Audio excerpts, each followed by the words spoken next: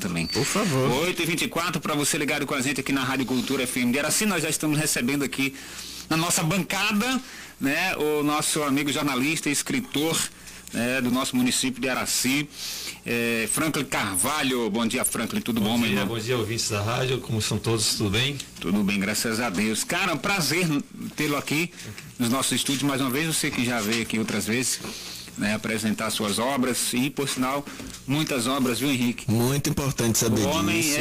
O homem é um escritor de mão cheia. Tem que puxar também, né? A família também não deixa passar em branco, né, Franco?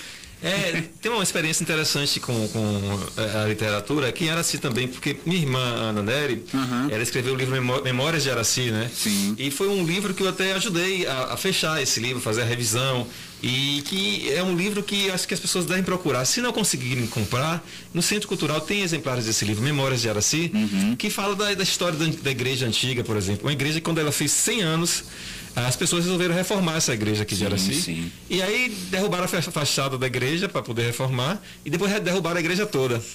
Aí virou uma história engraçada, nem ficou engraçado. Você, como é que uma igreja que faz 100 anos, a comemoração foi derrubar a igreja. Aí tem as histórias de Lampião passando aqui pela região também. Sim. Tem uma história muito interessante de Memórias de Araci, que é...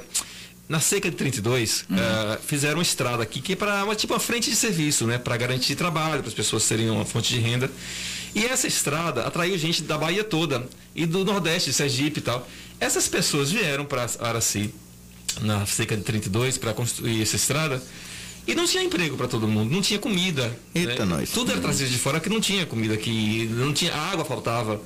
E aí começou a ter guerra entre os aracienses e as pessoas de fora. E tinha um delegado, né, que era até meu avô, o Nicolau Carvalho, que ele tentou colocar ordem naquilo, porque tinha saques. Nossa. Então, essa cidade, ela tem uma história cheia de mistérios. É interessante que as pessoas vejam, porque às vezes a gente fala de história, as pessoas dizem, é uma coisa chata a história. Sim. Mas não, as pessoas que viviam naquela época tinham desafios como a gente tem, né? E aí essa experiência de ajudar a escrever esse livro me deu histórias também para contar nos meus romances, né? Me inspirou para contar romances. O Franklin, você está com aquele resumo aquela relação E que deixa em casa. Ficou em casa, papel, né? Você mandou dos outros livros. Falando do novo livro, Eu Que Não Amo Foi, Ninguém. você mandou um resumo também. Você mandou outros livros uma que você história tem. simples de contar. Eu li na semana passada, né? Mas antes de você contar um pouquinho da história desse livro, quantos outros livros você já tem escritos? Bom, são 4 livros, são 5 livros, é o quinto livro. É o quinto esse. É o quinto livro.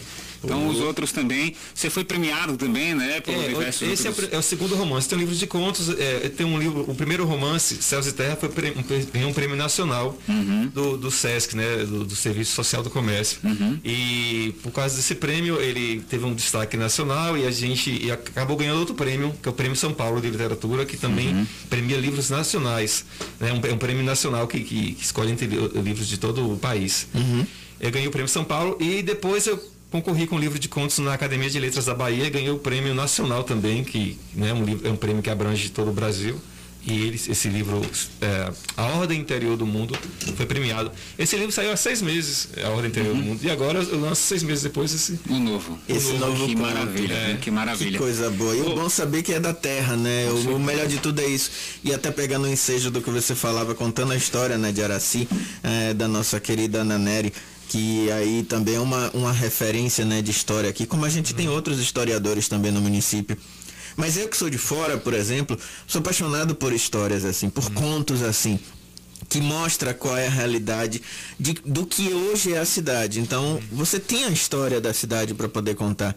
E são pequenos detalhes como esse daí da construção dessa estrada, às vezes outros detalhes que diferem da cidade de Araci, de outras cidades da própria região. Sim. Como a gente é circundado aqui por grandes cidades, né, que muito conhecidas, tem Tucano por causa do Jorro, tem Serrinha, que é um ponto chave daqui da região. Então isso tudo daí mostra que existem nuances e pequenos detalhes que marcam a história de Araci. E eu acho isso imprescindível, é maravilhoso a gente contar isso, né? Você viaja muito, você percebe que muitas cidades têm aquele livro da cidade. Sim, né? sim. E você chega em Serrinha, por exemplo, Tem um livro, eu esqueci o nome do autor, mas ele é muito conhecido, eu vou tentar lembrar. Ele conta a história de Serrinha, e quando você vai contando essas histórias, você resgata quem são as pessoas mais velhas da cidade, quem foram os prefeitos da cidade, quais são os casos, né? Em Serrinha, por exemplo, tinha um homem que andava de costas para ele morrer para ele não ficar velho. Ele andava Meu Deus do céu. Nesse livro de Serrinha tem isso. Então, se você quiser me dar um presente, me dá um livro sobre a história de uma cidade. Foi o que eu falei aqui. Quando você quiser dar o melhor presente para uma pessoa, dê um livro. Eu acho que a palavra livro, ou o próprio, né, objeto em si, deveria ser um elogio. Cara, você é tão bom que parece um livro. Eu acho isso super importante, cara, porque você, através dessas palavras, do que está escrito ali, do que está transcrito naquelas páginas, você conta uma história, você conta um conto, você conta um romance, você incentiva as pessoas a tudo. A leitura é o ponto alto, velho. E você resgata, como eu falei, os personagens da cidade. Sim. Né? Eu tive São Mateus do Sul, que é lá no Espírito Santo. E tive também em Alcântara, no Maranhão. E nessas cidades eu tive o prazer de ler o livro da cidade. E ver como é que ela foi fundada, os desafios, como é que era a mata, como é que as pessoas começaram, os primeiros lavradores a chegar. Né? E aí você vai vendo o que tem de comum entre uma cidade e outra, né? Pelo menos é o tipo de livro que as próprias pessoas da cidade vão gostando de ler também, né? De ler. Com certeza. E uma das coisas que às vezes eu procuro nos hotéis, quando eu vou, nas pousadas, quando eu estou, é justamente o que diferencia a cidade do comum. Porque às vezes você chega nesses lugares e encontra revistas nacionais, revistas de todo o país e de tudo, mas não mostra o que é da cidade. E eu acho que deveria ter um incentivo para isso. Todas as pousadas, todos os hotéis, em qualquer cidade, que tivesse pelo menos um livro de história da cidade, para quem chega poder se sentir acolhido por ali, conhecer um pouco das histórias. E aí a gente agora pode introduzir sobre essa questão do livro. Eu, que não amo ninguém. Da onde surgiu a sua ideia de criar esse livro? Como é que você se inspirou? Como foi que você buscou esses personagens? Conta aí um pouquinho pra gente. Acontece o seguinte, esse livro aqui, ele conta a história de um fazendeiro. Esse fazendeiro é muito solitário, é um homem que, enfim, tentou algumas mulheres, não conseguiu dar certo, e ele encomenda um feitiço. Ele mora lá em Penedo, né, que é uma cidade que fica aqui na fronteira de Alagoas com a Bahia. Tem o Rio São Francisco dividindo Penedo, Alagoas, da Bahia. Penedo fica nessa divisa. Ali no meio. Aí esse fazendeiro encomenda da Bahia um feitiço para atrair mulheres, né?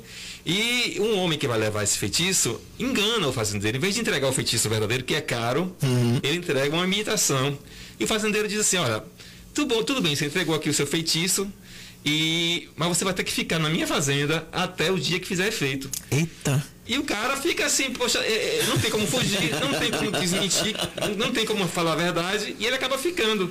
E aí, como o fazendeiro é muito duro, ele vai tendo que viver na rédea ali, né?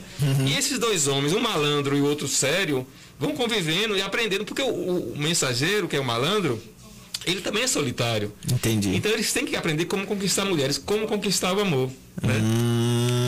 Essa história me inspirou, eu fui inspirado porque no centro de Salvador tem uma banca que vende ervas, vende, né, umas mandingas lá, que vende um pó para você atrair o ser amado. Sim. E esse pó não é barato, eu acho que 5 gramas desse pó tá R$200 reais. É caro mesmo, né? Eu conheço essa banca. Você já pegou esse feitiço? Veja bem, não precisamos contar todas as verdades. Não é, rapaz. Se você pegou esse pó, me diga se fez efeito. Olha, não sei se fez efeito, mas na época, até hoje, ainda tá assim meio amarrado as coisas de acontecer na questão emocional. Então vamos seguindo. Desde criança eu ouço falar que você pode, a palavra certa é amarrar alguém usando alguns truques, né? Sim. Tipo assim, você tem um copo d'água também, que você pode colocar o nome da pessoa no copo d'água. Se você colocar no mel, segundo contam, a pessoa fica muito apegada e aí você não consegue se livrar dela. E se enjoar, não tem jeito. Não tem jeito, vai ficar sempre no seu pé ali. Como tem aquela ideia de pegar a roupa íntima da pessoa para fazer um café ou alguma coisa assim. E aí com isso também conquista. Tudo é um feitiço, né? Tudo é uma coisa. E os feitiços caseiros, esse do copo d'água mesmo. Assim, inclusive, o do copo d'água não serve só para você atrair amor, não. Se você tiver um negócio para resolver com a Silon, por exemplo, um contrato, você coloca o nome da Silon na água e você faz né? E assim, faz um bolodoro ali. Tem orações para você, né? Que fulano não durma, não beba, não coma se não vier falar comigo. Isso. Então assim, o brasileiro, ele tem umas certas mandigas. Ele tem duas coisas que o brasileiro acredita muito. Primeiro é o amor e segundo é o feitiço. Sim, sim, verdade. Eu conheci uma senhora que é já falecida, que atrás da porta dela tinha sal, tinha carvão, tinha folhas, tinha ramos bentos, tinha tudo assim. E ela vivia muito assustada com essas histórias de feitiço, né? Mas voltando aqui ao feitiço do amor. O feitiço do amor, por exemplo, pode ser um perfume. Existe aí no mercado, no comércio, uma série de perfumes que você pode comprar que é atrativo, né? E é bom a gente falar disso aqui, porque a gente está no mês de junho e tem muita gente que deve estar sofrendo com a solteirice. Ô, meu amigo. Porque faz muito frio. Imagina você tá agora sem ninguém para te abraçar e tal, dormir essa noite de São João assim. Aquela costelinha, né? Esquentar o pé no frio. Olha como é o mês de junho. O mês de junho é cruel para quem está sozinho. É verdade. E começa com o Dia dos Namorados, 12. Isso. Dia 13 é Santo Antônio, que fala de casamento. Se você... Aí você apela para Santo Antônio. Se você não conseguir, aí chega São João, aquele negócio de quadrilha, dançar junto, mãos dadas e tal. Aí você não conseguiu alguém ainda. Assim. Misericórdia. Então, assim, é um mês meio doloroso mesmo, assim, pra quem... Aí o pessoal já vem no lado contrário, já diz logo, fizeram uma dica pra mim que eu não consigo ficar com ninguém. Pois é. Ainda tem esse, né? O coitado do Santo Antônio ainda tem aquele negócio de botar ele de cabeça pra baixo, dentro do copo, exatamente. Olha, Santo, você só sai daí depois que me der um namorado. É bem assim, ainda tem essa. E aí, como eu tava falando, tem aquela mandiga ao contrário, fizeram alguma coisa, eu pisei no rastro de corno, fizeram alguma coisa que eu não consigo ficar com ninguém. O meu relacionamento não dura mais do que tantos meses. É sempre assim. E tem gente que fala, né? Porque meu ex-namorado, minha ex-namorada, ainda tá de olho em mim. Sim, exatamente. Não passo à frente. Isso. E vai lá e faz. Inclusive, eu acho que é muito da pessoa acreditar, né? Se a pessoa acredita que determinado trabalho vai fazer vai dar um tchan, vai dar uma levantada, ela vai e faz e consegue se livrar da nhaca, como diz. Isso, exatamente. E aí a gente pode ver também as histórias, né? Como a gente estava falando aqui antes de começar a entrevista. Período de carnaval é sempre aquele calor, aquele fogo. Aí a gente vê... pra lá de fevereiro, né? Como tem a música eternizada da Timbalada, né? O amor do carnaval nunca dura mais do que o período de fevereiro, que foi o período que tava ali. Mas porque é calor, nem toda hora as pessoas gostam de ficar grudadas. Isso, e tem várias opções, né? Os passeios, as pessoas... Às vezes, e dentro do período do carnaval tem 2, 3, 4 e em apenas uma hora você beija todo mundo, e aquela festa, né? Aquele fuá. Mas quando chega no São João, não é aquela vontade de ficar agarradinho, ou quentinho da frente da fogueira, aquele acolhimento ali pra estar comendo as comidas típicas, o forrozinho que sempre dança grudado.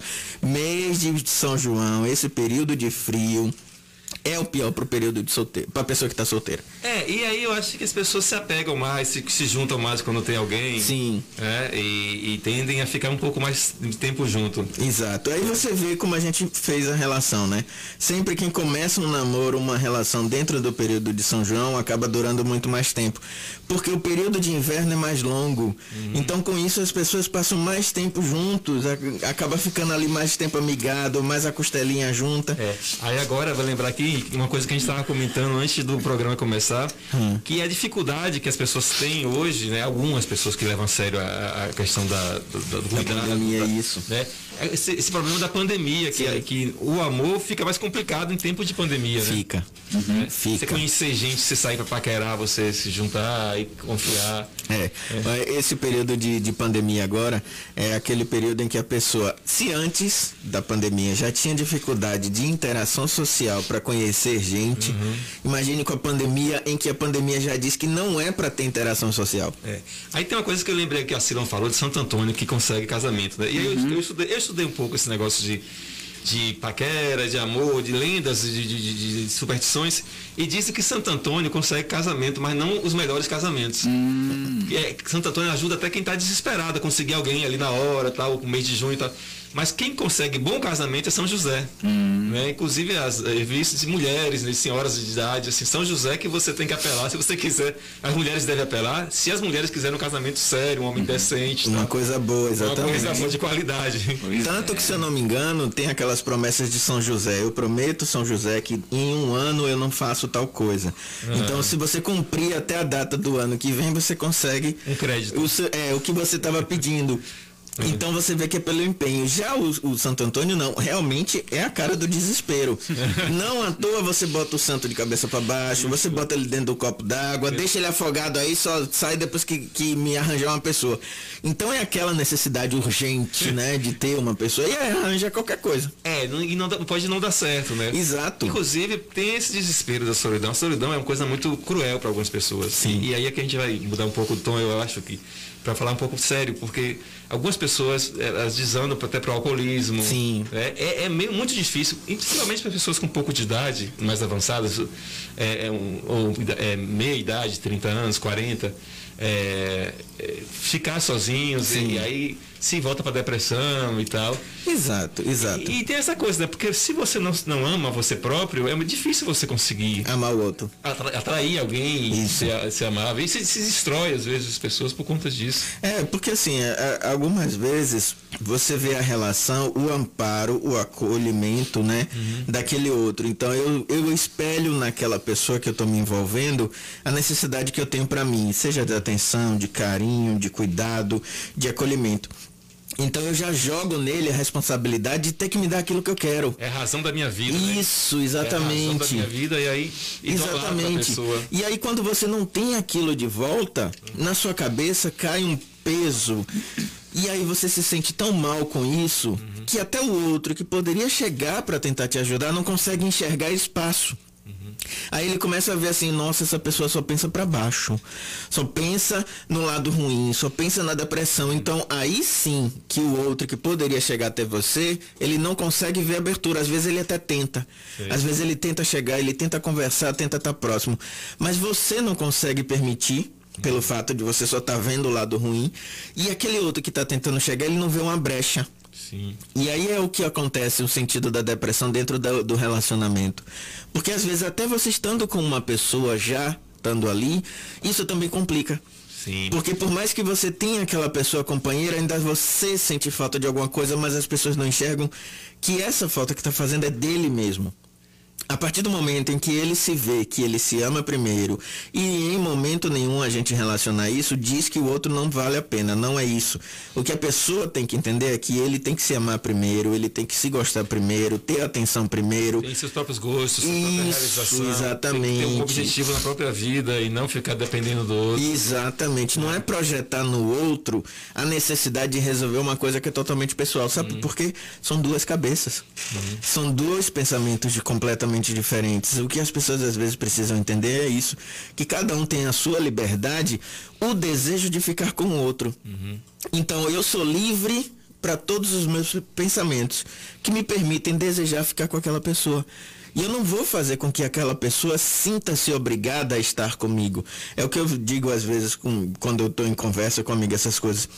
Eu não vou obrigar a pessoa a ficar comigo, eu vou conquistar a vontade dela de estar comigo. É uma visão diferente de tudo. Certo. Concorda? Mas hoje você vê muita violência, né, nos relacionamentos, e a violência começa já do desrespeito, sim, né? Exatamente. Você controlar a vida do outro e achar que... Dia desses eu vi aqui em Araci, eu ia caminhando assim, tinha dois rapazes conversando. Olha que absurdo que um falou para o outro. Porque a mulher, ela tem que fazer tudo o que eu quero, porque eu afastei dela uns bandidos que queriam fazer mal para ela. Então, ele afastou os bandidos. Como retribuição. E ele vai ser o bandido, então, que vai fazer um mal para ela, entendeu? Assim. Sim. Obrigando ela a fazer. E tipo, garotos de 18 anos, 19 anos falando isso, assim. É uma falácia de uma fase da vida que a gente fica meio perdido. Às vezes é sair ainda daquele cuidado que a gente tem na mãe e já acha que a outra mulher que está ali tem que ser nossa mãe também. Justo. Tem isso, né? Tem esse pensamento. Porque eu não vou fazer nada dentro de casa, porque minha mãe sempre fazia, por que eu vou para casa com alguém que eu que tenho que fazer as coisas? É tudo errado. E existe muito essa coisa assim, de achar que você tem que se entregar, a mulher, por exemplo, tem que se entregar tudo para garantir a presença do homem ali do lado dela. Exato. E aí volta ao que a gente estava falando. A partir do momento que ela entende que o poder e a força é toda dela, ela consegue saber que ela se ama primeiro, ela se conquista primeiro, ela tem a liberdade dela primeiro, para então ficar com a outra pessoa. Mas não significa que ela precisa estar sozinha por causa disso. Claro que não. É questão de maturidade, né? Claro, exatamente. Então, voltando aqui para o livro, eu também estou me empolgando aqui. Tem uma coisa interessante nesse livro, que ele se passa em 1965. Sim. Vocês são mais novos, né? Mas assim, eu me lembro muito do contexto de 1965. Tem um momento aqui que ele fala que a mulher, ele traz para casa umas revistas que tem uma mulher com decote, né? E a mulher que ele está namorando pega essa revista, risca todinho o decote que aparece nas fotos, porque ele acha indecente. E eu me lembro que tinha uma tia minha que fazia isso. Se você chegasse com uma mulher, uma revista com decote, que era normal também, já naquela época, ia surgindo isso. Ela riscava, né? Cartas de amor. Eu lembro que tinha um manual de 100 modelos de cartas de amor. Sim. Que aí você queria escrever para uma namorada, você pegava uma daquelas cartas lá e escrevia, porque se não tinha palavras, né? Você se inspirava. Então o sujeito aqui, ele começa a escrever cartas de amor para poder pedir desculpa para as mulheres que ele tinha perdido, tal, tentar reaver esses relacionamentos. Até um tempo atrás tinha 100 modelos de e-mails de amor. Também. Também. Porque as pessoas tentam se comunicar de alguma forma e não tem muitas palavras para fazer. Às vezes as pessoas até querem, mas não tem referência, não sabem como fazer, e aí vem a timidez que impede você de tentar conversar. Às vezes a própria timidez impede de você chegar naquele outro que você quer, e por coincidência do destino não, a outra pessoa também te quer. Mas sendo dois tímidos, como é que um vai descobrir do outro? Fica aquela coisa complicada, né? De você dizer assim, pô, eu quero. Será que a outra pessoa também quer? Aí fica aquela dúvida no ar. E tem outra coisa, se você perceber, tem casais que são absolutamente silenciosos. Que eles não ficam no meu amor, meu dengo e tal. Tanto que o nome desse livro é Eu Que Não Amo Ninguém, porque o sujeito, que é o fazendeiro, ele é muito durão, assim. Ele diz, olha, eu não gosto muito de chamego, não. Eu não gosto muito de muita gente me abraçando, me pegando. E assim, eu acho que até o sertanejo, ele é meio assim, ele não gosta muito de abraço, toda hora tá não é a coisa melosa, é a coisa mais braba. O Luiz Gonzaga já dizia, sertão das mulheres sérias, dos homens trabalhador, né? Sim. Porque a gente não é muito assim de ficar, ou não era, né? Talvez esteja mudando também. De ficar. Eu mesmo não gosto que uma pessoa estranha me chame pelo apelido. Franquinho. Franquinho, quem me chama de Franquinho é minha família. Sim. Aí tinha um sujeito que chegava assim, eu desconfiava. Assim, nossa. Não entendi. Por que você tá com esse espaço? E assim, muita a gente é desconfiado. Claro. O sertanejo é desconfiado. Com certeza. Então ele fala assim, eu que não amo ninguém, amo mais do que muita gente por aí que tá abraçando. Exato. Eu que não amo ninguém, amo mais do que certas pessoas que ficam cheias de confiança. Aí eu vou fazer uma análise e fazer um questionamento para o seu lado jornalista. Hoje em dia, a gente tem muitas declarações em redes sociais. O advento da rede social hoje faz com que todo mundo queira a todo custo divulgar, se exibir, se mostrar, falar para todos, se expor. E uma relação hoje em dia não se fortalece com exposição. Porque, ao mesmo tempo que tem essas relações que são expostas o tempo todo a todo mundo ver, a todo mundo gostar. Muitas fotografias, comentários na internet. Além de revelar o que é aquilo, pode estar escondendo uma situação que é a realidade. Só tá bonito para o que tá vendo ali na rede social, mas no dia a dia não é. Vocês lembram dessa música Aparências Nada Mais? Aparências Nada Mais, sim, com certeza. É de meu tempo também, a Silão vai dizer que não, porque ele tem esse costume de dizer isso, mas ele sabe muito bem dessa música. Ele conhece sim. Aí, ao mesmo tempo, esses mesmos jovens dizem, relacionamento bom era daquele passado lá, que minha avó com meu avô, que durou não sei quantos anos, estão comemorando. Muitas vezes, aquele tempo lá, muita coisa era escondida.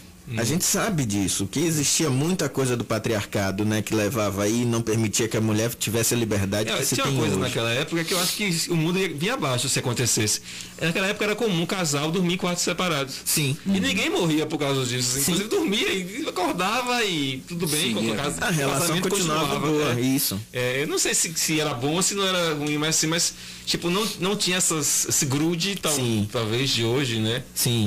Tinha muita coisa diferente também. Exato, e aí era isso que eu ia dizer. Às vezes exposição tamanha faz com que a gente lembre nessa parte da situação melosa. Você quer estar o tempo todo tão vangloriando aquela relação, tão exibindo tudo aquilo, que acaba enjoando rápido. Sim. A partir do momento em que você cria a sua intimidade, que você permite ser apenas vocês dois e não ficar numa exposição muito grande, você vai fortalecendo, porque são coisas construídas aos poucos. Não estou dizendo aqui também que são todas essas pessoas que gostam de ficar se exibindo são relações que são falsas ou enganosas. Não é isso. A situação aqui não é essa. Mas é justamente que hoje, com o advento das redes sociais, a facilidade, todo mundo gosta de se expor tanto. Mas às vezes o dia a dia que se constrói uma relação não condiz com aquela realidade que está sendo vista ali na rede social. Justamente. E acaba sendo um pouco esgotante também a cobrança, talvez, que as pessoas façam, né? Exato. Daquilo. Exato. Eu acho que a tendência é que, numa maior maturidade, as pessoas vão tentando ser um pouco até mais discretas ou mais tendo um relacionamento, a não ser que seja artista, sei lá, e um artista que gosta de fazer isso. Sim. Né? Mas eu acho que as redes sociais, todo mundo que começa empolgado, a tendência é que vai dando uma maneirada depois, vai cuidando de outras coisas, né? Eu uso a rede social, mas eu uso mais para trabalho, para divulgar os livros e tudo mais, né? Inclusive acho que eu uso até demais, porque tem que fazer essa coisa de trabalho, mas fora isso ela rouba você não tem tempo de ver seus parentes. Muito bem. Para quem está querendo saber, o livro é esse aqui, ó. Justamente. Eu, que não amo ninguém.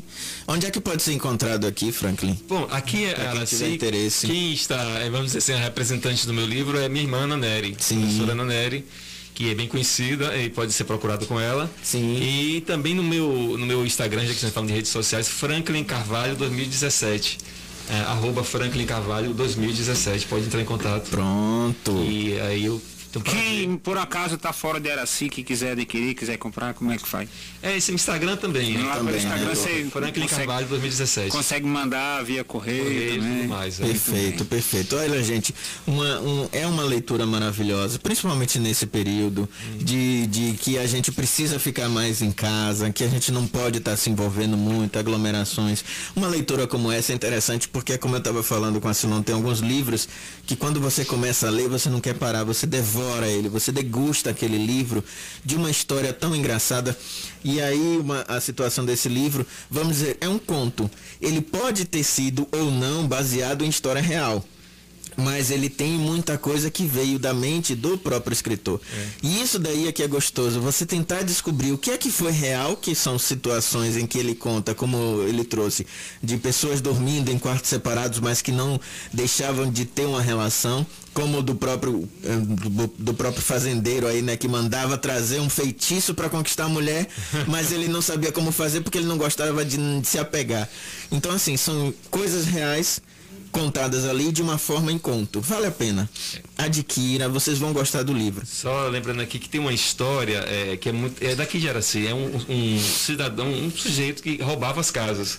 Ele invadia as casas, ele comia as comidas que estavam nas panelas e depois ele procurava o dono da casa para reclamar que a comida era ruim. No dia seguinte, minha irmã tem o nome desse cidadão e acabou, eu coloquei o nome dessa história no meio do livro, né? Então assim, eu vou colocando outras histórias também. O Circo de Quatro Paus. Você conhece o Circo de Quatro Paus? Não, ainda não. É bem aqui de Araci. Eu acho que nem existe mais. Chegava na praça, lá no mercado, aliás, que tinha um chão de areia. Sim. Ficava 4 estacas e em volta das estacas colocava um tecido, uma lona. E o circo só tinha mulher dançando. De roupas mínimas, né, de biquíni. E os homens pagavam para ver essas mulheres dançando. Tinha um sanfoneiro e só podia entrar homem. Né? Assim, parece aquelas coisas das Arábias, né? Sim. Então, que eu tinha as odaliscas e tal, mas aqui tinha isso. E eu ficava curioso porque eu era criança, queria entrar nesse circo, mas não podia, só com 15 anos de idade acima. Sim. Então, assim, eu conto um pouco dessa história do Circo de Quatro Paus aqui. Eu vou contando essas histórias de feira e de mercado, porque as feiras, né, são os lugares mais interessantes da cidade, assim, onde se encontra uma variedade de comida, variedade de gente, de anúncios, de maluquice, de gente até de bêbado. Histórias, de detalhes, é tudo ali. E tem as feiras de Penedo também, que eu pesquisei. Perfeito. Eu acho muito importante isso, acho que muito vale a pena. E é sério, gente, sempre que puderem, adquiram um livro, nem que seja um, para que você possa tirar um momento como esse, único, que você tá ali, você viaja numa história como essa. Isso é muito importante, isso é muito válido. E esse livro é um conto como esse, né? O que eu estava dizendo, ele mistura histórias reais, o que é verídico daquele ponto, com algumas outras insinuações. Isso daí é maravilhoso. Vale a pena. Esse período de São João, então, para quem tá sozinho, pode ser um gatilho, claro, né? Isso daí é aquele problema, né? Quem sofre com isso, de relação. Olha, Patrícia, não diga nada a você. Espera aí que você vai tirar mais na estante, viu? Ela é nosso fotógrafo. E curtir muito mais esse livro, aquele momento seu, já que tá ali sozinho, né? Fazer o quê? Vamos ler. Pode fazer mais o quê?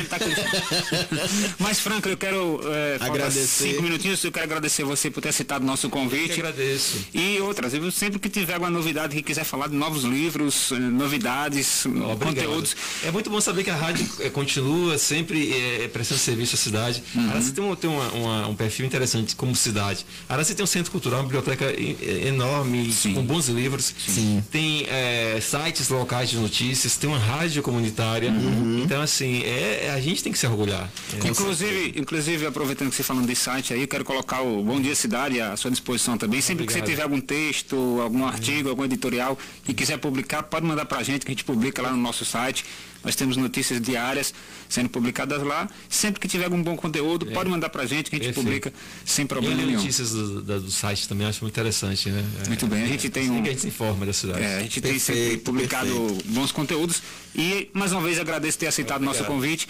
Tendo novas escritas, né? Pode estar trazendo pra gente, a gente vai estar fazendo esse bate-papo aqui também, com certeza. Manda um abraço lá para toda a família, Naneri, mamãe e toda Muito obrigado. a equipe. Bom dia para todos os ouvintes.